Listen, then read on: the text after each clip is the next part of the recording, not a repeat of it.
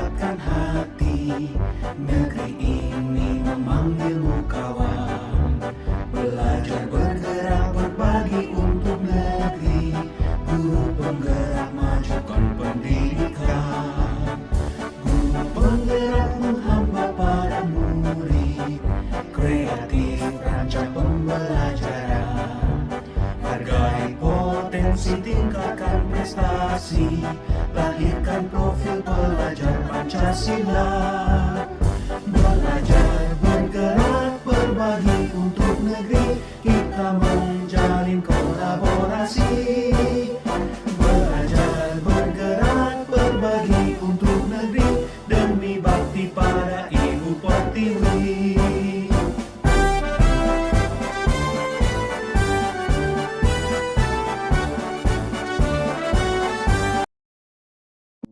Hari Merdeka, hari bersejarah untuk Indonesia. Lahir dari perjuangan dari para pahlawan, mari kita sambutlah dengan riang. Dulu bangsa kita dijajah, hidup kala itu memang sangat susah. Tak mengenal kata lelah untuk terus berjuang. Terima kasih para pejuang. Yo, ayo kita rayakan hari besar ini punya kita. Dengan penuh sukacita dan raga, ku ucapkan selamat merdeka.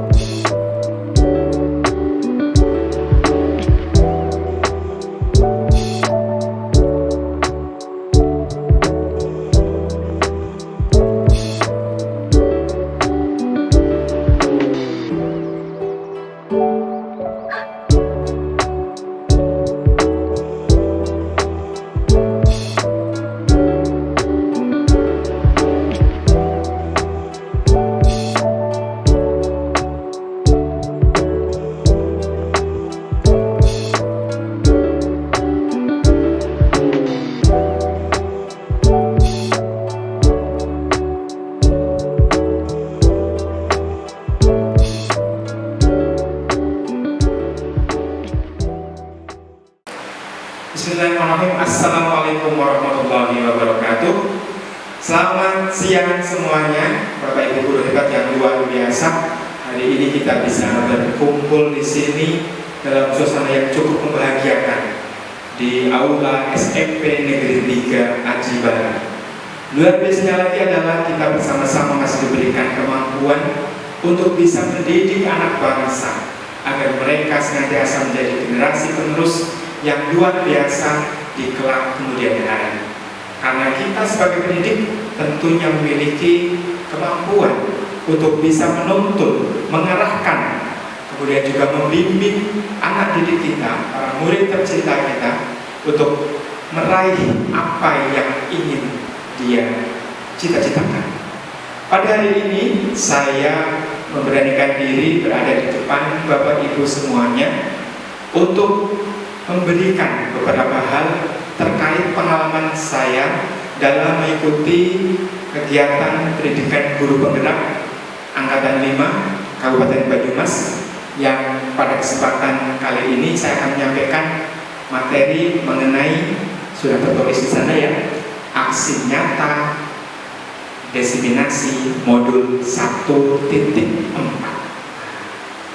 Saya berharap dalam pertemuan kita kali ini nanti semuanya bisa konsen, kita bersama-sama saling mengisi, saling memberi. Mungkin apa yang sudah saya dapatkan akan saya sampaikan kepada Bapak dan Ibu semuanya, dan Bapak Ibu semuanya nanti juga bisa ada sesi tanya jawab. Kita bisa saling memberikan mungkin pengalaman pribadi kita dan sebagainya. Karena yang paling ditekankan pada hari ini yaitu kita akan mencoba untuk membahas mengenai budaya positif. Apa sih budaya positif? Apa sih fungsinya bagi kita sebagai seorang pendidik, dan kemudian juga bagaimana peran kita nantinya untuk bisa menyampaikan budaya positif ini, untuk bisa membumikan budaya positif ini di sekolah kita. Itu tantangan kita bersama. Nah, sebelum itu supaya kita konsen, mungkin Bapak Ibu yang sekarang masih memegang HP, yang masih memegang gadget, sementara dihentikan dulu, mohon maaf ya, sementara ya, nanti dipegang lagi Bapak. Saya selalu optimis dan saya selalu berhusnuzon, berbaik sangka. Nah, boleh berburuk sangka ya, berbaik sangka bahwa pasti Bapak Ibu sedang mengkaji ilmu, mengkaji materi. Ya, terima kasih kepada Bu Esti yang baru rawuh ini dari Cikakak ya. Terima kasih, beliau sedang mengadakan seminar juga di Cikakak, tapi ikut ambil bagian dalam kegiatan forum yang mulia ini. Ya, terima kasih. Ya, tolong HP-nya ditempatkan dulu, silakan. Ya, terima kasih. Untuk lebih menyemangati, bagaimana kalau kita nanti akan tepuk-tepuk dulu ya, tepuk-tepuk dulu biar semuanya semangat. Oke, ya. Tepuk satu.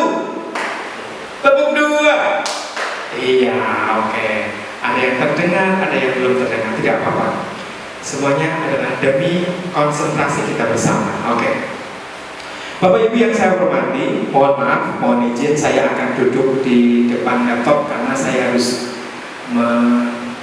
ngeklik beberapa tombol yang harus saya klik ya, karena memang saya belum punya alat yang otomatis ya, yang langsung dari jauh bisa klik. Nanti moga-moga ada dana bisa beli ya, untuk kemudahan dalam proses kegiatan pembelajaran juga.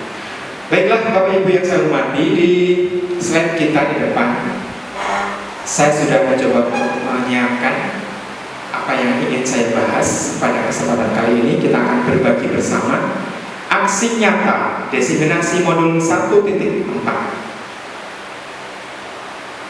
Iya. Nah, itu di halaman 2 Bapak Ibu sudah bisa mirsani saya ya, yaitu sudah pakai patches, sudah pakai dasi. Tuh, pada saat kita di sekolah sedang melaksanakan kegiatan event eksplorasi seni yang ada di sekolah ya. Konsep budaya positif di lingkungan sekolah ya. Budaya, hal yang membudaya, hal yang menjadi kebiasaan kita bersama, berkembang dengan kemampuan kita bersama, seiring dengan kemajuan zaman, seiring dengan kemajuan teknologi juga tentunya akan kita sebagai seorang guru tentunya akan saling keterkaitan dengan warga sekolah yang lain, dalam hal adalah murid, kemudian juga tenaga kependidikan serta mungkin juga yang lainnya yang ada di sekolah. Nah, ini penting sekali. Kenapa? Budaya positif ini nanti akan bisa membentuk karakter bagi kita semuanya. Bapak Ibu yang saya hormati, mungkin dalam benak kita sudah ada pertanyaan yang mendalam bahwa budaya positif itu apa sih, ya kan? Apa sih sebenarnya? Apa sih yang ingin dibahas? Nah, Bapak Ibu yang saya hormati, budaya positif itu pada dasarnya berawal dari kelas kita masing-masing. Bu Okti punya kelas di kelas 7, Bu Ii di kelas 8, Bu Sofi di kelas 9, kemudian juga ada Pak Emma juga di kelas 7, Bu Esti di kelas 8, dan seterusnya. Mulai dari kelas. Supaya membudaya, maka dalam kelas kita harus memiliki peraturan kelas, ketentuan kelas, norma-norma yang ada di kelas. Itu yang utama. Kelas adalah pertama ya. Lingkup kecil. Di sana sudah terlihat ada lingkaran terkecilnya adalah peraturan kelas. Setelah peraturan ini berjalan dengan baik, peraturan ini menjadi sebuah kesepakatan bersama, norma yang didasari bersama, diingat bersama, dilaksanakan bersama untuk kebaikan, maka di atasnya lagi, di atas peraturan kelas ada keyakinan kelas. Jadi setiap siswa harus yakin betul bahwa ketika saya melanggar, maka saya akan merusak aturan yang ada di kelas. Ketika saya melanggar, maka saya akan menjadi siswa yang kurang bisa proaktif dengan teman yang lain. Itu ketika sudah menjadi keyakinan, sehingga peraturan ini jadikanlah sebagai sebuah keyakinan. Dan kita sebagai wali kelas, kita sebagai guru pengajar sangat-sangat berpeluang besar untuk bisa menjadikan keyakinan kelas ini lestari atau tidak, berjalan maju atau malah berdiam diri atau malah mundur. Itu fungsi kita sebagai seorang wali kelas dan guru kelas, ataupun juga guru mapel. Di sana kita dituntut untuk bisa bereksplorasi sehingga keyakinan kelas itu menjadi sebuah keyakinan yang dipandang, diterima, dan dijalani, dipatuhi, dilaksanakan oleh semua anggota kelas. Ketika keyakinan kelas ini sudah bagus, maka di lingkaran yang warna hijau, di sana tertulis lingkungannya akan menjadi positif. Peraturan kelas jalan menjadi sebuah keyakinan kelas yang mengakar, kemudian menjadi lingkungan positif yang harmonis. Ketika lingkungannya sudah positif, maka ini bisa menjadi sebuah kebiasaan baik yang dinamakan dengan budaya positif. Jadi budaya positif itu merupakan rangkaian dari lingkungan yang positif, merupakan domain dari keyakinan kelas serta peraturan kelas yang harus ditegakkan. Sehingga dengan kata lain, budaya positif adalah merupakan perwujudan dari nilai-nilai atau keyakinan universal yang diterapkan di sekolah. Nah, ini perlu ditekankan di sini ya. Jadi budaya positif merupakan nilai-nilai ya. Wujud dari sebuah nilai, beberapa nilai, komunitas nilai, kumpulan dari nilai-nilai yang mengikat kita, mengikat kelas kita, mengikat warga sekolah kita agar menjadi lebih baik. Jadi berimbas pada hasil yang positif. Itu budaya positif. Jadi macamnya nanti banyak banget. Oke. Kemudian juga Bapak Ibu yang saya hormati, di budaya positif kita juga mengenal mengenai teori kontrol. Ya. Ada teori kontrol, di mana dalam budaya positif diawali dengan perubahan paradigma tentang teori kontrol. Macamnya ada 5 ya. Macam teori kontrol itu ada 5. Yang pertama adalah sebagai penghukum. Ini mungkin kebanyakan dari kita masuk di sini. Ketika melihat ada anak yang tidak sesuai dengan apa yang diharapkan, misalnya dalam pelajaran saya seni rupa, ada anak yang harusnya bisa menggambar poster dengan baik, yang lain pada selesai, dia sendiri belum. Maka kemudian ada upaya teori kontrol pertama, yaitu penghukum, dengan cara misalnya mengerjakan 2 kali lipat, yang lain hanya 1 lembar, dia mengerjakan 2 lembar. Itu model penghukum. Kemudian juga ada lagi misalnya ada anak lari-lari datang pagi-pagi karena mungkin ada satu hal, datang lari telat, jam 7 lewat baru masuk ke kelas. Nah ini kemudian guru kelas langsung memanggil anak tersebut, kemudian juga menghukumnya. Kalian jangan masuk, kamu jangan masuk, di luar dulu. Atau mengerjakannya di luar, atau nggarapnya di bawah, atau sambil berdiri dan seterusnya. Itu sudah tidak zamannya lagi. Model-model seperti itu sebagai penghukum, guru sebagai penghukum, itu sudah tidak saatnya lagi muncul di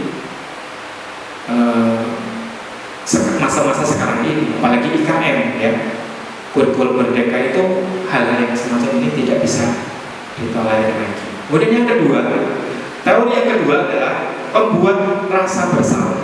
Nah, misalnya seperti ini, misalnya kamu sih gara-gara kamu nggak mengerjakan PR, kan kepala sekolah dari mana sama saya dengan sebetulnya. Gara-gara kamu, teman-teman yang lain terganggu nih. Bapak Ibu hadirin yang berbahagia, setelah tadi kita belajar mengenai teori kontrol yang pertama, yaitu penghukum, maka yang kedua yang diwarna oranye adalah pembuat rasa bersalah. Ini juga merupakan salah teori yang mungkin tanpa sadar kita sudah melakukannya. Gimana ceritanya? Begini, pada saat anak-anak kita, para murid kita melaksanakan sebuah aktivitas, kemudian kita menyalahkannya dengan cara menjadikan dia merasa bersalah atas apa yang dilakukannya, itu adalah maksud dari pembuat rasa bersalah. Misalnya begini, ada anak supaya mengerjakan tugas, kemudian yang lain pada tekun mengerjakan, dia sendiri tidak. Nah kemudian karena dia tidak mengerjakan tugas, maka tentunya kita marahkan. Karena kita marah, kita sudah ngomong banyak di depan forum, kira-kira yang terganggu siapa? Kan yang terganggu, yang merasa nggak nyaman kan tidak hanya yang salah saja yang tidak mengerjakan, tapi juga semua yang mengerjakan pun merasa seperti itu. Kemudian kita menyampaikan kepada yang salah tadi, gara-gara kamu sih, kasihan kan teman-teman kamu yang lain, mereka yang rajin jadi dimarahi sama Bapak juga. Gara-gara kamu tugas kita terbengkalai, kelompok kamu jadi hancur nih. Itu sifat kamu itulah yang menjadikan anak itu akan merasa ya aku sih yang salah, aku sih. Nah, ini lama-kelamaan kalau dibiarkan terus upaya guru yang seperti sikap guru yang seperti ini, maka akan timbul sebuah rasa bersalah yang cukup dalam, dan efeknya dia akhirnya menjadi tidak berani dalam mengungkapkan pendapat, tidak berani dalam melakukan sebuah aktivitas tindakan positif. Itu yang nomor 2. Kemudian yang nomor 3, teori Koppel yang nomor 3 adalah kita memposisikan diri sebagai teman. Ini juga menurut versi yang saya baca juga kurang tepat.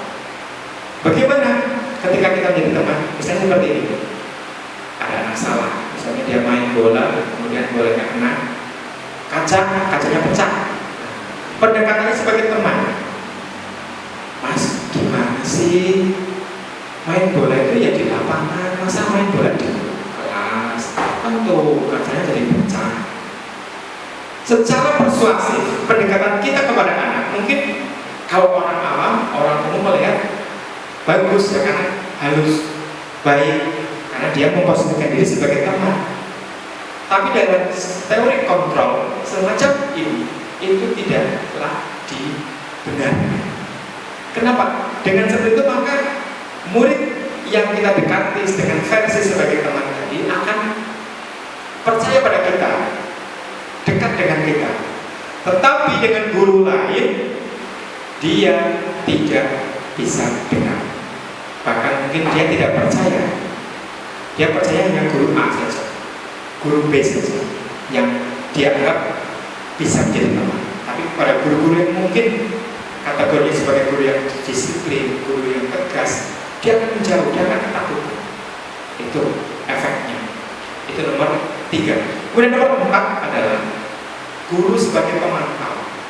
Nah ini seolah guru itu bukan pendidik, bukan pengajar yang selalu bersama dengan muridnya. Pemantau. Jadi lebih ke pemantau siapa sih? Mengawaskan. Siapa nih yang masuk nih? Gimana nih kok bisa kayak gini?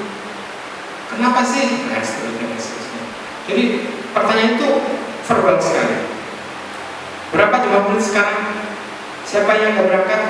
Nah, jadi seolah itu seperti asistensi, pemantau, itu pengawas yang notabene seolah dia itu datang kemudian pengen tahu apa yang ada dalam kelas kita tanpa ada rasa bersalah. Oh ya, ini kenapa kelas ini juga mungkin saya juga yang bersalah? Bukan, tapi dia lebih top down, dari atas ke bawah. Ya. Dan nomor 5, nomor 5 yang diharapkan adalah ketika kita membudayakan sebuah budaya positif, maka kita hendaknya bisa menjadi manajer. Jadi manajer, mengatur, memanage, mengelola dengan baik. Sehingga ketika anak bersalah, kita datangi atau anak datang pada kita, pertama adalah kita harus menyampaikan tanya. Kita bertanya dulu, ya, kenapa, bagaimana, kamu punya solusi apa? Ketika kamu sudah salah seperti ini, perasaan salah kamu itu apakah hanya cukup dengan bersalah atau harus mencari solusinya? Ketika kaca kamu udah pecahkan, maka apa solusinya bagi dia? Itu seperti itu. Itu manajer. Ketika kamu sudah datang terlambat, maka supaya kamu nggak datang terlambat bagaimana? Kita kejar dengan pertanyaan itu, seperti itu.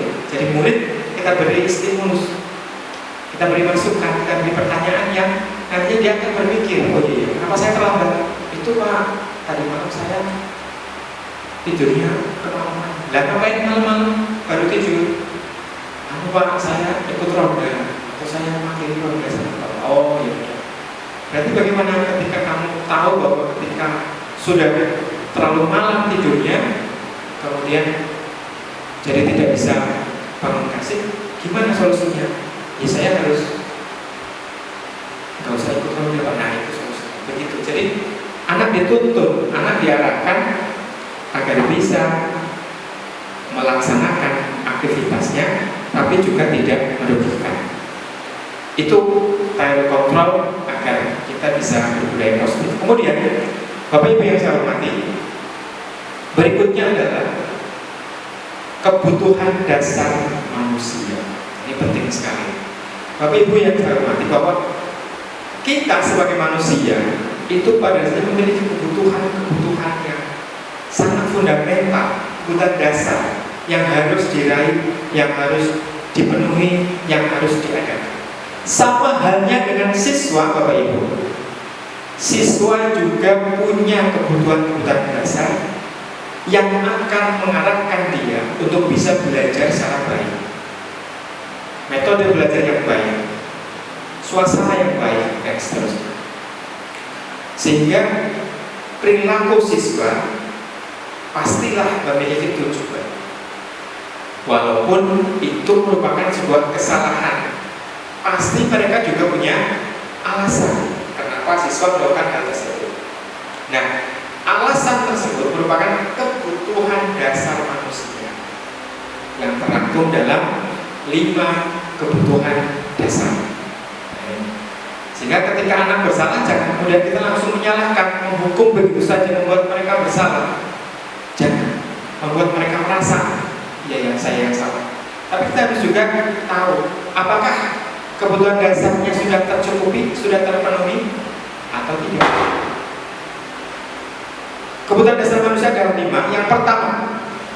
Yang pertama di gambar di bagian yang warna kuning ya. Pertama itu adalah kebutuhan bertahan hidup atau lebih dikenal dengan survival, yaitu kebutuhan berkaitan dengan fisik seperti makan, tidur, tempat tinggal, dan lain-lain.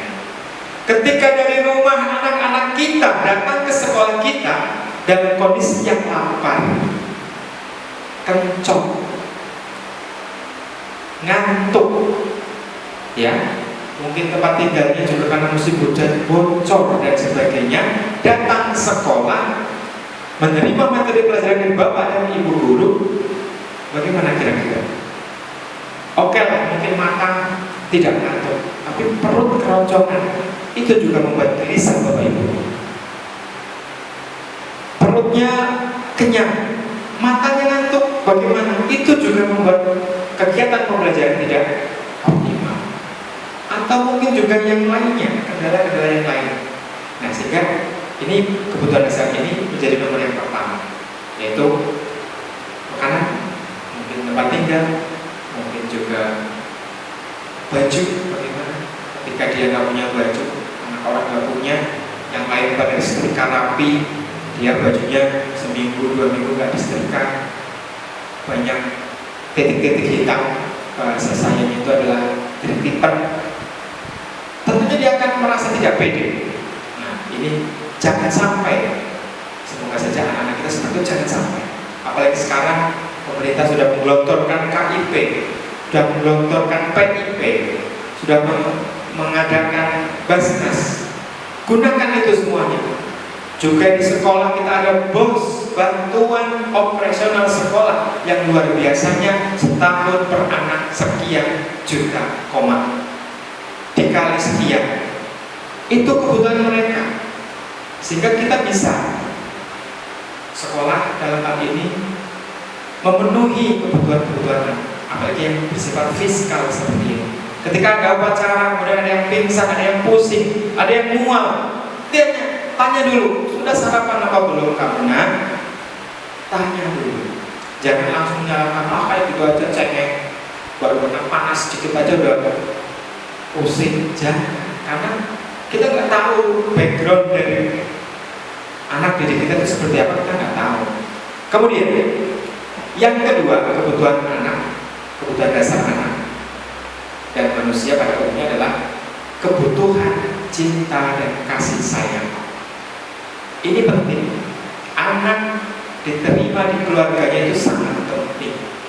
Anak dengan keluarga yang harmonis itu sangat penting sekali. Sehingga jangan pernah disalahkan ketika anak di sekolah ada yang memberontak, ketika anak di sekolah diatur angel. Jangan langsung disalahkan, tapi cari dulu masalahnya. Mas, kamu kenapa sih bisa kayak gitu? Mbak, kenapa kamu bisa seperti itu? Pasti ada hal-hal yang mendasarinya.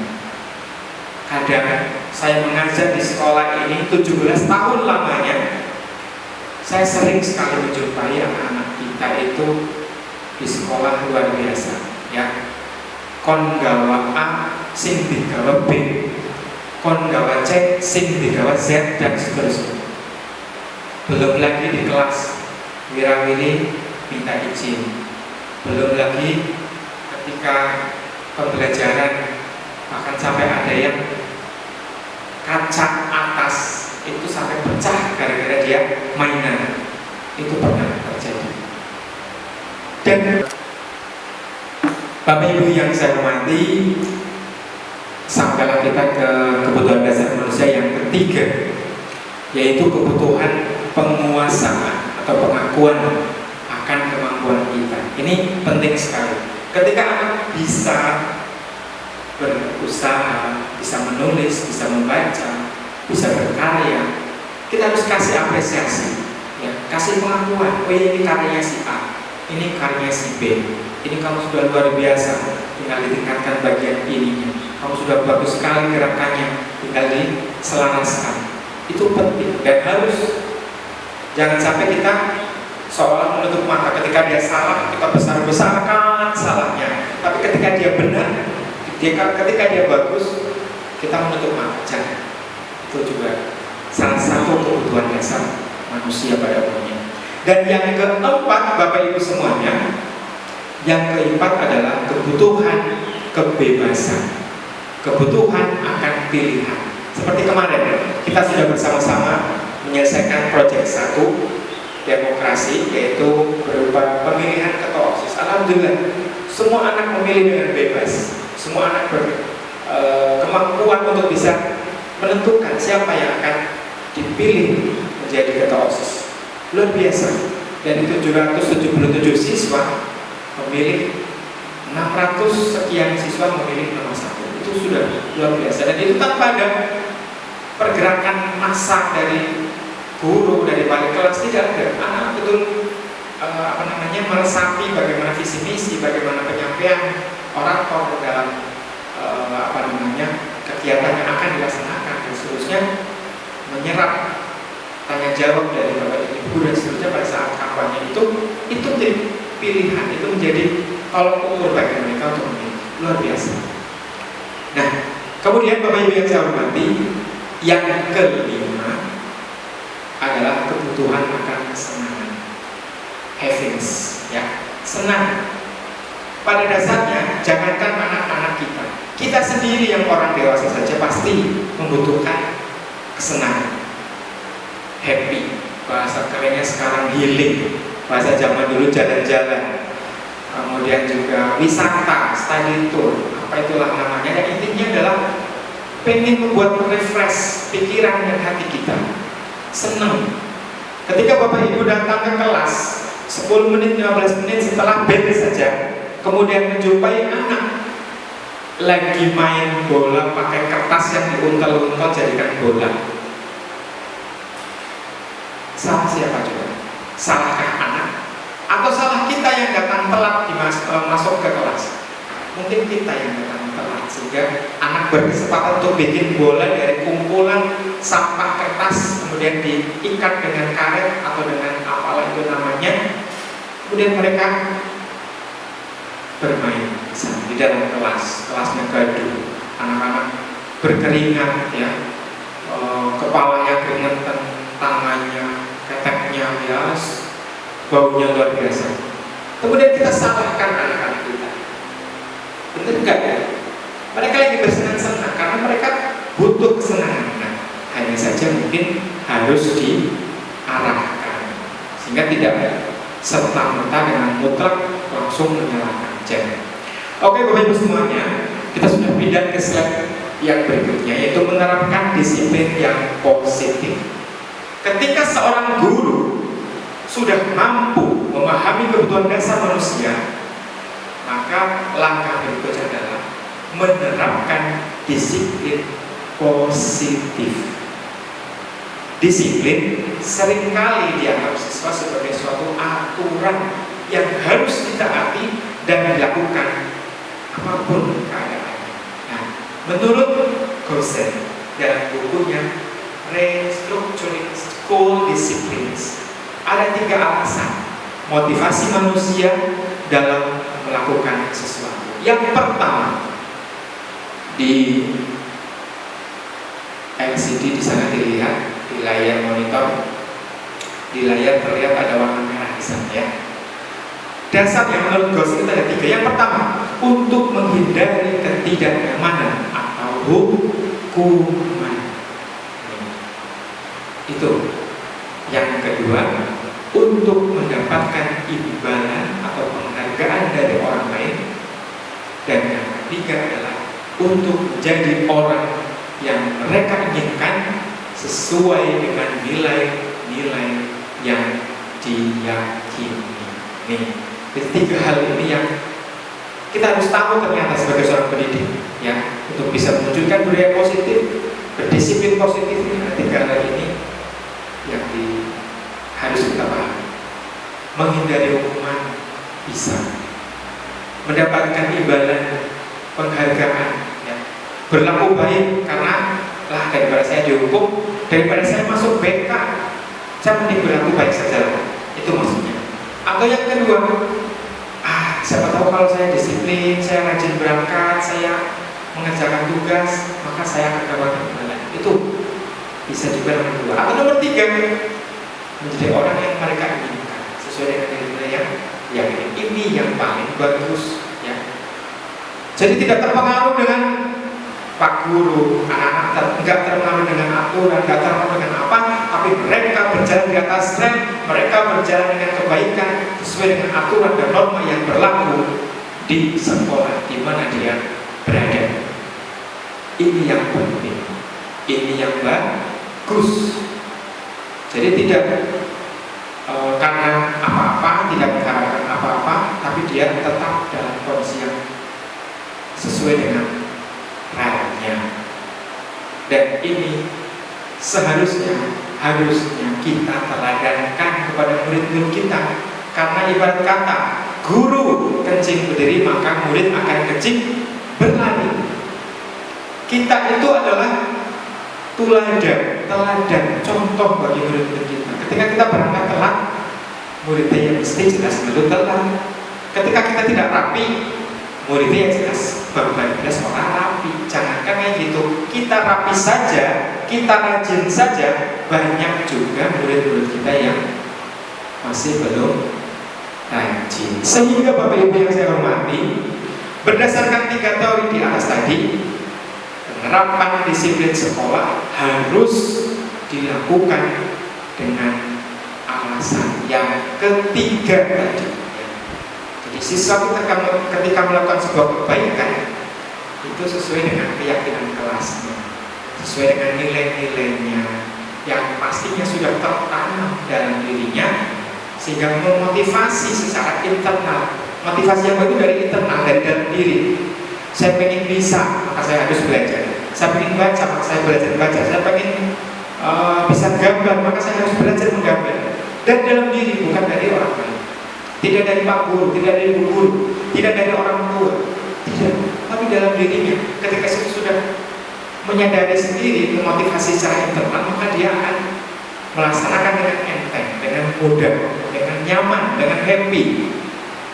Sehingga motivasi internal lebih berjangka panjang dan membuat siswa makin kuat secara karakter. Bapak Ibu semuanya, hal tersebut sangat-sangat sejalan dengan pemikiran Ki Hajar Dewantoro, Menteri Pendidikan pertama Republik Indonesia, berasal dari Yogyakarta. Beliau sudah mengungkapkan bahwa disiplin kepada siswa adalah disiplin diri.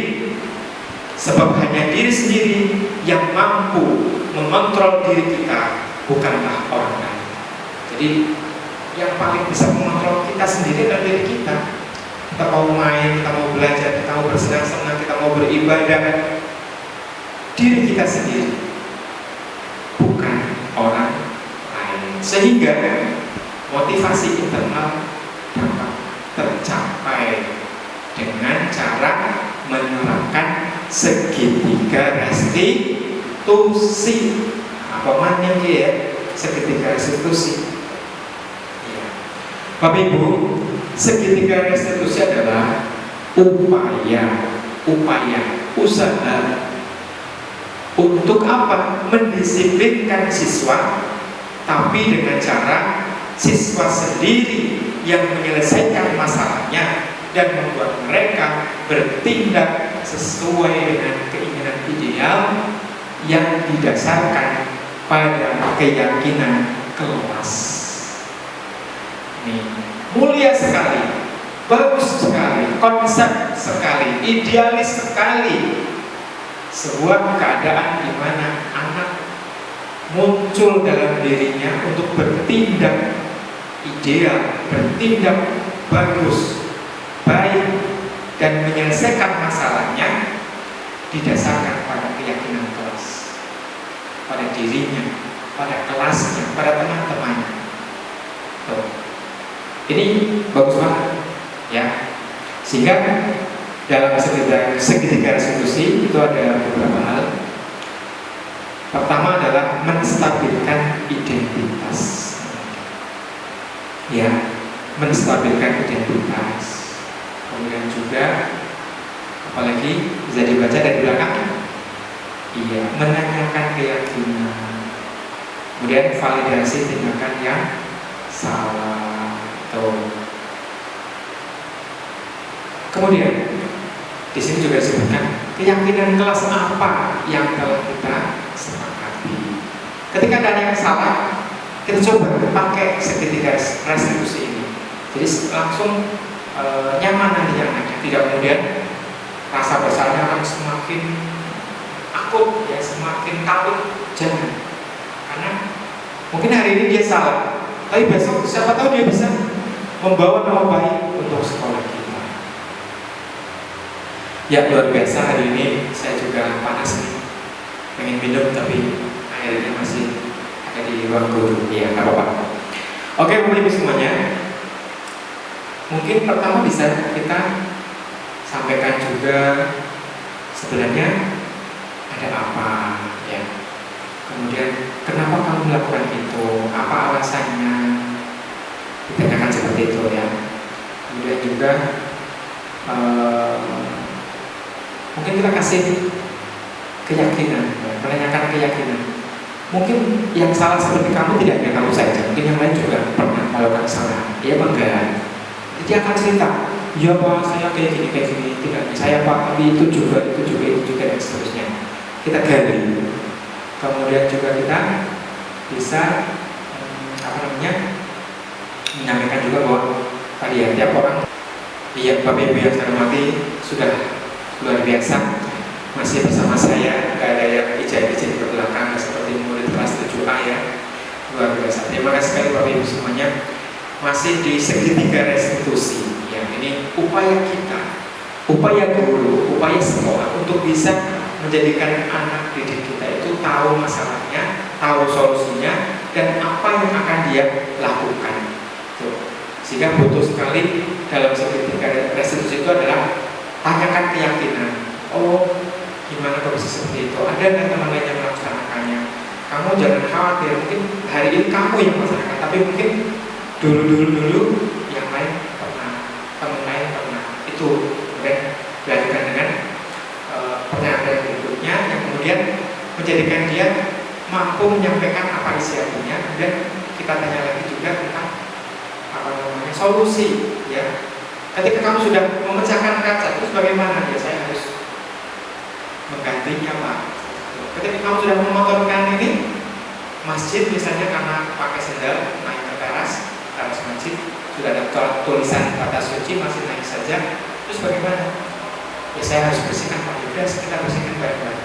Seperti itu. Sehingga rasa bersalah bagi anak ini tidak berkepanjangan, tidak terus-terusan, tidak lanjut saja.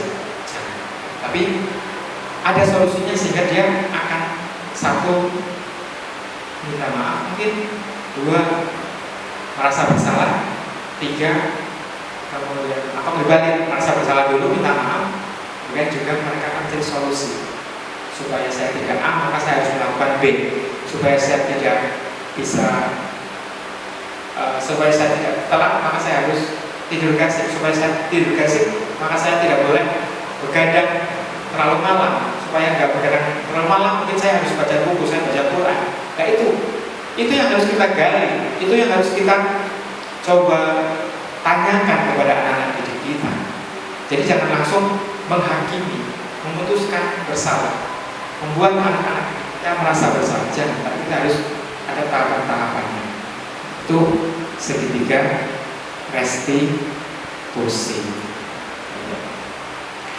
Itu Bapak Ibu semuanya luar biasa. Saya senang sekali pada hari ini bisa menyampaikan apa yang sudah saya dapatkan di forum PGP yang hari ini saya bisa deskripsikan, saya bisa sampaikan kepada teman-teman semua. Nanti saya coba menunggu laptop saya masih war-war ini kebetulan ya, ini pelan-pelan ya, maklum benda lama biasanya harus sabar. Oke, sampai di sini mungkin Bapak Ibu ada yang akan bertanya tentang apa yang sudah saya sampaikan. Jika ada, silakan. Nanti siapa tahu saya bisa ikut berbagi menjawab. Kalau misalnya saya nggak bisa menjawab, maka saya akan mencoba untuk mencari referensi yang lebih valid, atau juga bisa bertanya pada guru mentor saya di PGP, yaitu pengajar praktek dan fasilitator program guru bergerak angkatan 5. Ya, silakan kalau ada dari belakang, silakan. Saya masih proses urut.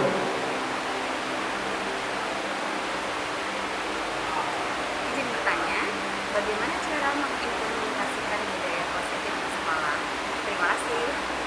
Iya, oh iya, terima kasih atas pertanyaannya Bu Roro ya. Iya, terima kasih. Ini Bu Roro adalah guru seni juga, tapi di kelas 8. Terima kasih. Bu Roro menanyakan mengenai budaya positif ya. Tadi sudah dari awal sudah saya jelaskan, saya sampaikan bahwa budaya positif ini memang seperti tadi yang diterangkan itu, kelas itu yang pertama.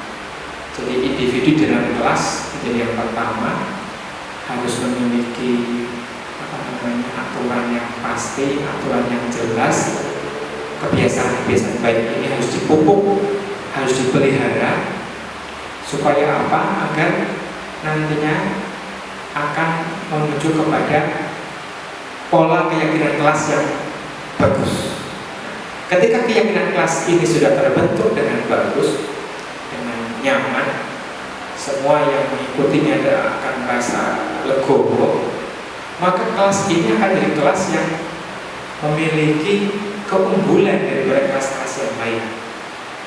Kalau sudah seperti itu, maka norma terbentuk dan budaya, kebiasaan menjadi sebuah budaya.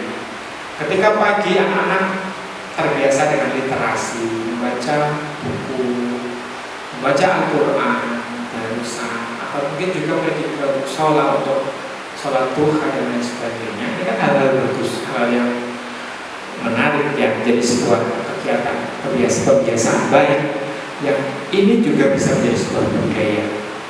Jadi seperti itu dulu. Jadi hal yang simpel-simpel dulu saja. Jadi nggak usah kemudian kita terlalu idealis banget ya, harus misalnya mengupayakan bahwa langsung ke langit.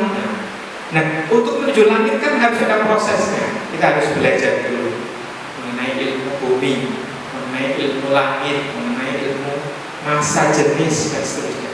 Dari situ dulu, dari tahapan-tahapan yang ringan-ringan dulu. Jangan langsung naik ke atas. Tuh. Sehingga saya memiliki keyakinan bahwa sekolah kita insya Allah bisa maju. Kenapa? Karena kita punya sumber daya yang luar biasa. Bapak, ibu guru hebat-hebat luar biasa. Anak-anak kita sekarang ini, tahun ini sama dengan anak-anak SMP 1 Aji Barang, sama dengan anak-anak SMP 1, 2 Purwokerto. Karena apa? Pemerintah sekarang mengenalkan, memperlakukan, menggunakan cara masuknya menggunakan sistem zona. Jadi pinter, kurang pinter, sama saja. Sehingga bagaimana upaya kita, keyakinan kita di kelas, di sekolah kita dalam hal proses pembelajaran yang baik, yang bagus, dengan budaya positif yang tinggi, maka kedepannya sekolah kita bisa menjadi sekolah yang bagus pula, yang favorit kalau bahasa dulu ini.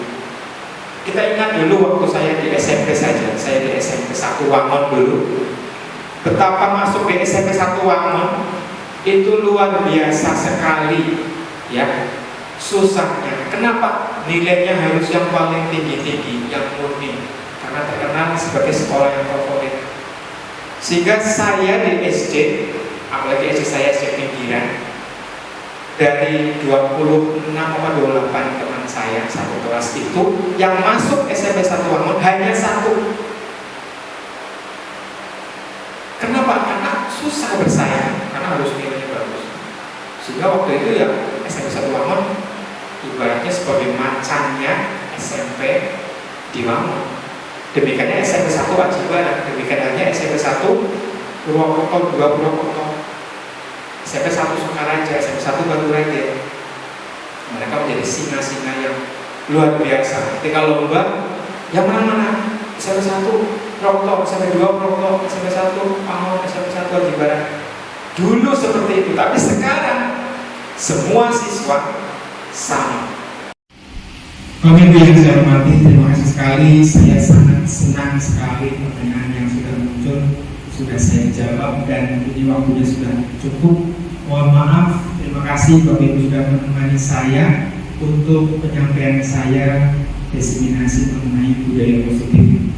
Marilah kita bersama-sama mulai dari diri kita mencoba untuk berniat diri bahwa kita bisa membudayakan hal positif, hal yang baik dengan beberapa cara. Di antaranya dengan cara restitusi, itu tadi segitiga restitusi.